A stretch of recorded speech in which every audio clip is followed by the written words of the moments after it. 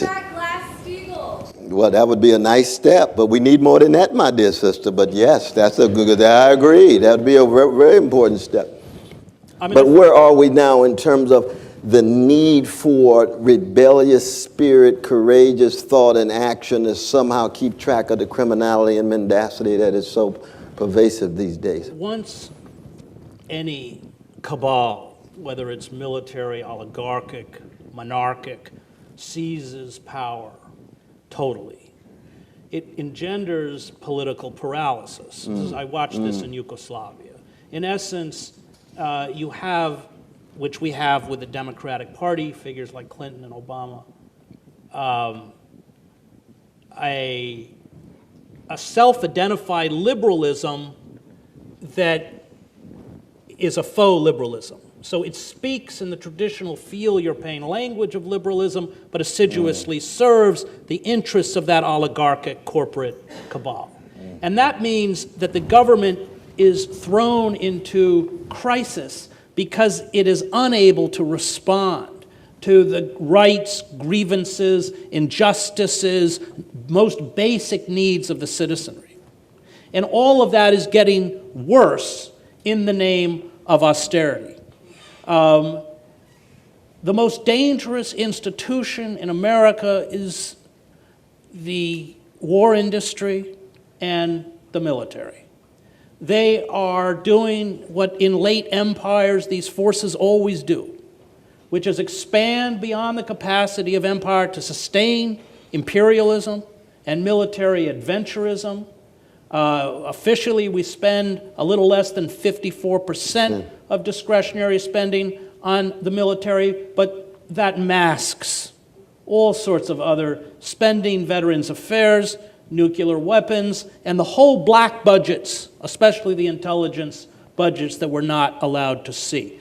By some estimates, we're spending up to $1.6 trillion a year on war.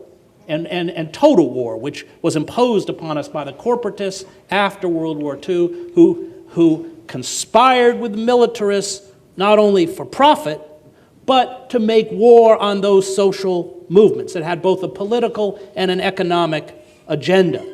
And so the country is disemboweled physically, our infrastructure is crumbling, our unemployment figures are completely fictitious. I think the LA Times last year ran a story saying that in real terms, we probably have at least 17% unemployment, and that doesn't count underemployment. So the average worker at Walmart works 28 hours a week. The salary puts them below the poverty line, and they get applications for food stamps courtesy of the Walton family, which makes $11,000 an hour, so they can subsidize their greed. And the creation of that system, because we have been rendered, because money has replaced the vote, because we essentially have been rendered powerless. It doesn't matter what we want. I mean, nobody wanted the bailouts of 2008. Constituent calls were 100 to 1 against those bailouts. Across the political spectrum, they pass anyway. Nobody wants wholesale surveillance. Nobody wants all of their private and personal information captured by the government and stored in perpetuity in government. Nobody wants it. Nobody wanted, as you came and sat with me when we sued Barack Obama in federal court over Section 1021 of the National Defense Authorization Act. He should be impeached. And so this was Section 1021 permits the U.S. military to, in times of crisis, carry out domestic policing, overturning over 150 years of domestic law, to seize U.S. citizens who, quote unquote, substantially support, that's not material support, that's not a legal term, Al-Qaeda, the Taliban, or associated forces, another nebulous term, strip them of due process and hold them indefinitely in military detention facilities. In that 2-year, we won in the Southern District Court of New York. Obama challenged it. The appellate court unfortunately denied our standing. We didn't manage to get to the Supreme Court in this law. But when they ran an opinion poll in the course of that 2-year legal battle, that had a 97% disapproval rating. But it passed anyway. We see over and over examples of how what we are concerned about, and a couple Princeton professors just statistically sort of quantified all this, it doesn't matter. And what that does is create a system like Yugoslavia, where that paralysis, that political paralysis, builds deep and understandable frustration. We're watching, what severe repression and an inability to deal with the most elemental forms of justice are doing right now in Palestine and Israel. And that Netanyahu neoliberal agenda is one that is intimately twinned with our own. So what happens is, as the state, in essence, is deconstructed by these corporate capitalist forces quite physically, they bring back, this is what always happens, they bring back from the outer reaches of empire the forms of control that are intimately familiar to those we subjugate. Empire subjugates drones, militarized police, wholesale surveillance. So you take a night raid in East New York, where they're kicking down the door in Kevlar vests, dressed in black, with long-barreled weapons for a nonviolent drug offense, terrorize an entire family. It looks no different than a night raid in Fallujah. And that's what happens when empires die. The harsh, brutal, violent forms of control that empire has perfected on what Frantz Fanon calls the wretched of the earth soon become intimately familiar in the heart of empire itself. And this gets into the whole issue of what we have done in marginal communities, where we have allowed omnipotent policing. Hannah Arendt writes about that as well. Omnipotent policing, and she writes about it vis-a-vis the stateless. But she says, as soon as you create a legal and a physical mechanism for omnipotent policing, i.e. unarmed civilians can be shot dead or strangled to death on city sidewalks or for having never committed a crime, and the police go free. Once you create a mechanism whereby your police serve, as they do in our poor communities, as judge, jury, and executioner, then the moment the society unravels, everything's in place to put both that legal and physical mechanism as a way of maintaining control. Thucydides writes about it, with Athens' expanding empire. Thucydides writes, the tyranny that Athens imposed on others, it finally imposed on itself, and that's what killed Athenian democracy. And that's what's killed American democracy. So you talk about Black Lives Matter, the anti-fracking movement, the struggle to raise minimum, that's where hope comes from. It's not going to come from the political vaudeville of elections. As Emma Goldman said, if elections were that effective, they'd be illegal. It's going to come, as it always comes, from the bottom up. We forget that. That's Zinn's great contribution. Howard Zinn, yes. In the people's history of the United States. He understood the system was designed to shut us out. Slaveholding, white, aristocratic oligarchs who openly embraced genocide against Native Americans on behalf of land speculators, timber merchants, railroad companies, gold mining concerns, who shut out women, Native Americans, African Americans, men without property, created a Senate where everybody was appointed, created the Electoral College because they were terrified of popular democracy. That's how Gore wins 500,000 more votes than George W. Bush, and George W. Bush is president. It had nothing to do with Nader, by the way. And Gore's refusal to fight. And his refusal to fight. And so Zinn's, the beauty of that book is that all of the openings in American democracy were created by movements that often paid for it in blood. We had the bloodiest labor wars of any industrialized world. Yeah. Hundreds of American workers were murdered. Thousands, tens of thousands were blacklisted. And the Liberty Party, the abolitionists, the suffragists, none of these movements achieved power. But they created pressure on the centers of power so that power had to respond. And that gets to Karl Popper, who in the first volume of The Open Society Its Enemies says, the question is not how do you get good people to rule. That's the wrong question. The question is how do you make the power elite frightened of you? Most people attracted to power, Popper writes, are at best mediocre or venal. And that's what we've forgotten, that those of us who hold fast to justice, it's not our job to take power. It's our job to make power frightened of us. That's what created the New Deal, and Roosevelt's quite open about it in his letters. Roosevelt says, he even says in a 1930 letter, if we don't create social reforms, we're going to have a revolution. He says to his fellow oligarchs, you better give up some of your money now, or you might lose all of your money. And that's how we got 15 million jobs, the public works program, Social Security. And even those are concessions. They were all concessions. And Roosevelt says... significant concessions. But he says his greatest achievement was that he saved capitalism.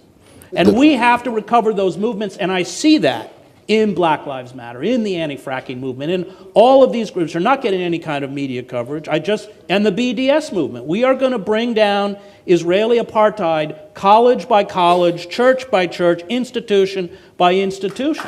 That's how it's going to come. I know it's getting late. We're going to open it up for questions. How are we doing with time, though, Sister D? You say what? Oh, okay. We better go to questions. Yeah, okay. Because I could stay for hours. You know? We have stayed for hours. Oh, that's the truth. We want to be kind to you all. Absolutely.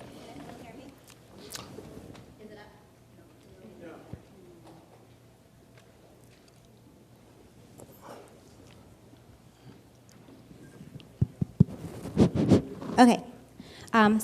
Here's the first one. How seismic is it that we now have a popular socialist, Bernie Sanders, running for president and talking about the need for revolution?